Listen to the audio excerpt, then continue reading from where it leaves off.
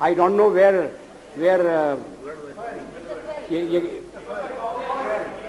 ये काऊ बेल्ट है, काऊ बेल्ट का समर्थन है।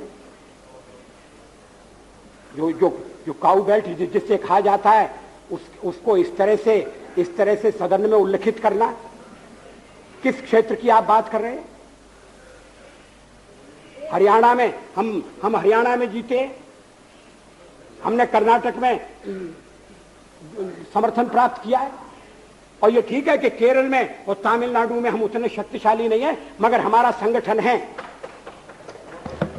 पश्चिम बंगाल में भी हमें 10% से थोड़ा कम वोट मिला हुआ है। अगर आप वोट की बात करते हैं तो फिर 10% वोट की बात करिए। इस सदन में एक व्यक्ति की पार्टियां, एक व्यक्ति की पार्टी, और वो हमारे साथ, हमारे खिलाफ जमघट करके और हमें हटाने का प्रयास कर रहे हैं। उन्हें प्रयास करने का पूरा अधिकार है, मगर है वो एक व्यक्ति की पार्टी। एकला चलो रे, और चलो एकला अपने चुनाव क्षेत्र से, और दिल्ली में आकर हो जाओ इकट्ठे रे। किस लिए इकट्ठे हो जाओ? देश के भले के लिए। स्वागत है, हम भी अपने ढंग से देश की सेवा कर रहे हैं, और अगर हम देशभक्त न होते और अगर हम निस्वार्थ भाव से राजनीति में अपना स्थान बनाने का प्रयास न करते, और हमारे इन प्रयासों के पीछे 40 साल की साधना है।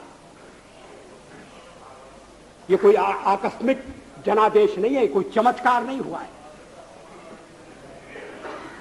हमने मेहनत की, हम लोगों में गए, हमने संघर्ष किया है।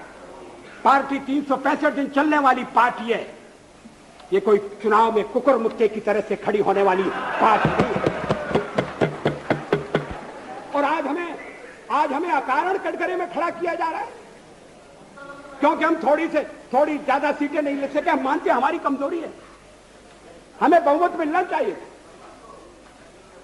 राष्ट्रपति ने हमें अवसर दिया, हमने उसका लाभ उठाने की कोशिश की है, हमें सफलता नहीं मिली, वो अलग बात है। लेकिन हम फिर भी सदन में सबसे बड़े विरोधी दल के रूप में बैठेंगे, और आपको हमारा सहयोग लेकर सदन चलाना पड़ेगा, इस बात को मत भूलिए।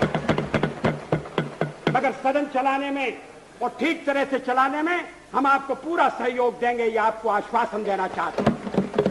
मगर सरकार आप कैसी बनाएंगे, वो सरकार किस कार्यक्रम पर बनेगी, वो सरकार कैसी चलेगी, मैं नहीं जानता।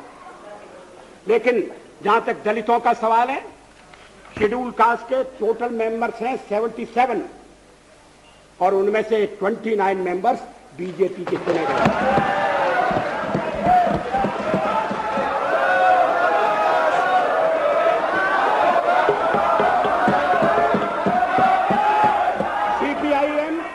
सीपीआईएम के 5 मेंबर हैं, सीपीआई 1 मेंबर है, कांग्रेस 15 मेंबर है, जनता दल 7 मेंबर है, और सबसे ज्यादा हमारे मेंबर हैं।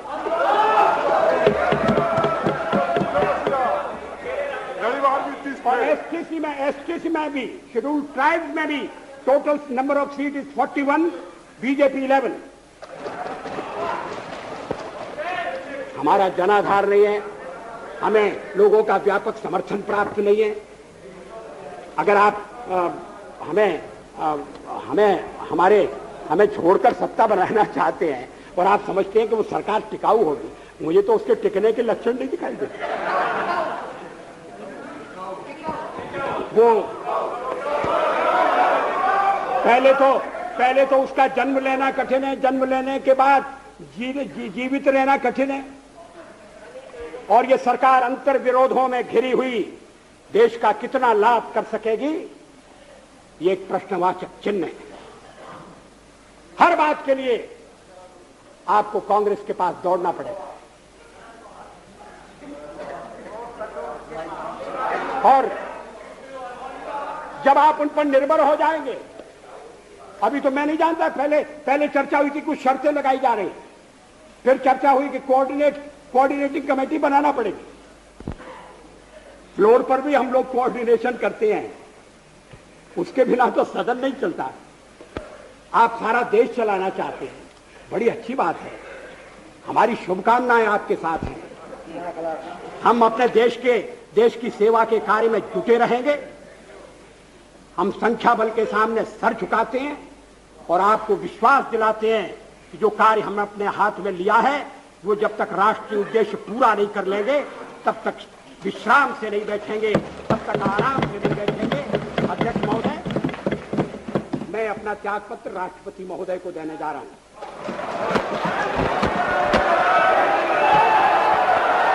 अभी तो मैं पढ़कर दंग रह गया जब मैंने श्रीमती सोनिया जी का भाषण पढ़ा।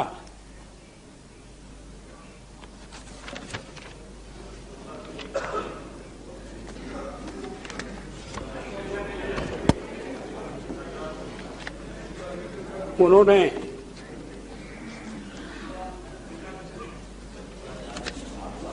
सारे शब्द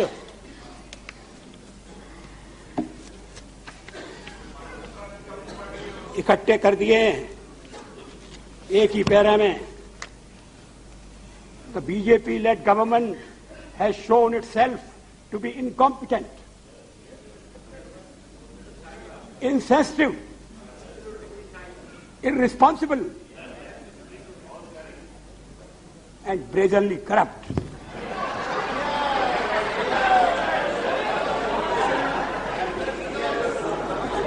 राजनीतिक क्षेत्र में जो आपके साथ कंधे से कंधा लगाकर काम कर रहे हैं, इसी देश में मतभेद होंगे, उनके बारे में ये आपका मूल्यांकन है?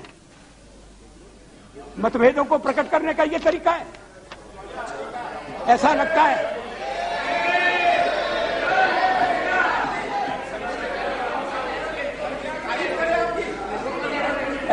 है कि शब्दकोश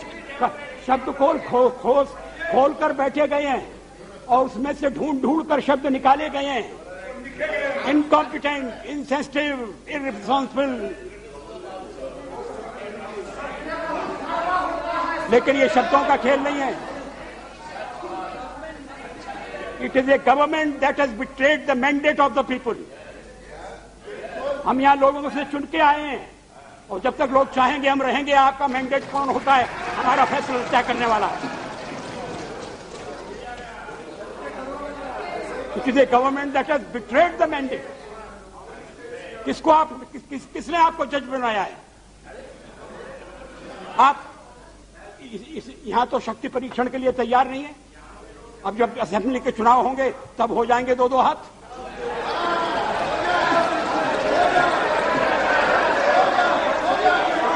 लेकिन ये क्या है?